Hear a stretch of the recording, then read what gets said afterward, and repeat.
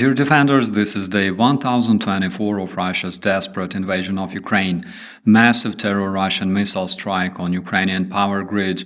New Ukrainian drone prepared to dominate Russian skies. A new record set by Ukrainian artillerymen. And Google sanctioned Russian developers. You're watching Only Facts with Operator Starsky, and we will talk about the most important updates right now.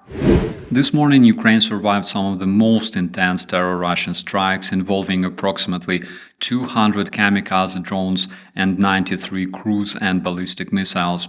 The strike was aimed against the Ukrainian energy infrastructure, specifically power-producing facilities. It's not a coincidence that today the temperatures in Ukraine are relatively low. Apparently, Russian terrorists were expecting cold weather in Ukraine to strike the critical infrastructure.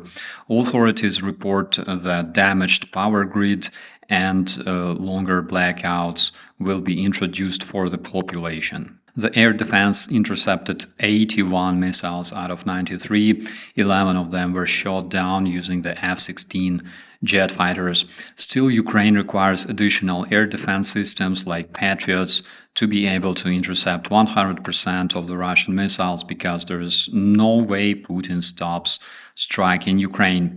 It's an obvious fact that he wants to continue his aggression against Ukraine until our nation is wiped out. Anders Nielsen in his recent video explained the objectives of the Russian invaders. Please check it out, the link is in the description. As a result of the Russian strike, the damage was reported in numerous regions of Ukraine. For instance, in Kharkiv, a Russian drone hit housing quarters. Residential building was damaged. Luckily, no casualties were reported. In Chernihiv, terror Russian drones damaged several country houses, a college, and a cattle farm, killing 11 animals. Zaporizhia Oblast was attacked more than 200 times over the past 24 hours. 9 towns and villages of this region were shelled 113 times. Also, more than 80 drone strikes were reported by the authorities. As a result, 15 residential houses were destroyed or damaged in this oblast. Tonight in Russia, the terrorists didn't sleep well, mainly in the Rostov Oblast. Numerous air alerts were reported in Taganrog and over the Morozovsk military airbase. So far, we don't know much details on the aftermath, but we have this absolutely beautiful footage from a different part of the terrorist federation, Novosibirsk, where a Russian military enterprise burned. Apparently reckless smoking. Again, Russians just don't learn. Ukraine becomes a leader manufacturer of a new type of drones, which we still don't know how to call yet.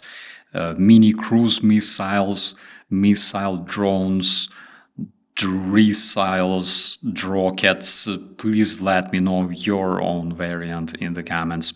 What makes the new drones like Palyanytsia or Peklo crucial is their low production cost and high speed. Fact is, all Russian anti-drone defense is based on intercepting objects flying at a relatively low speed, approximately 160 knots. New Ukrainian drones will have a speed of up to 400 knots or 700 kilometers per hour, meaning that Russians can only intercept them with missiles. Russian military industry can only produce around 2,000 surface-to-air missiles per year, and we're talking about missiles produced for all types of Russian air defense complexes, from Panzer and Tor to S-400. Can Russia produce more missiles? Considering that the Russian defense industry is operating at maximum capacity, it's only possible if they build several more factories, which I don't see happening in 2025.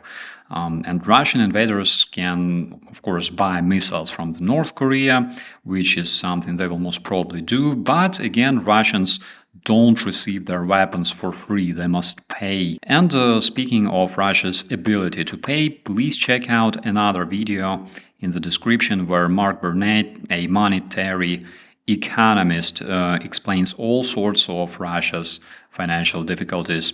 If you are a complete dummy in economy like me, watch clever people like Mark Burney. Ukrainian artilleryman established an impressive record. Ukrainian sources report that a Polish self-propelled artillery system Krab, operated by Ukrainian personnel, destroyed a Russian target at a range of 70 kilometers. My friends, I would really like to learn more details on this one, and I will definitely let you know as soon as I have additional information. And switching from the front lines to the headlines, Google announced today that it will block payments in applications linked to Russia. Starting from 26th of December, shortly after Christmas, it will be impossible for the Russian developers with bank accounts in Russia to receive payments for their apps on Google Play. The transactions for the paid apps will be rejected. Also, it will be impossible to make in-app purchases or renew subscriptions via Google Play payments.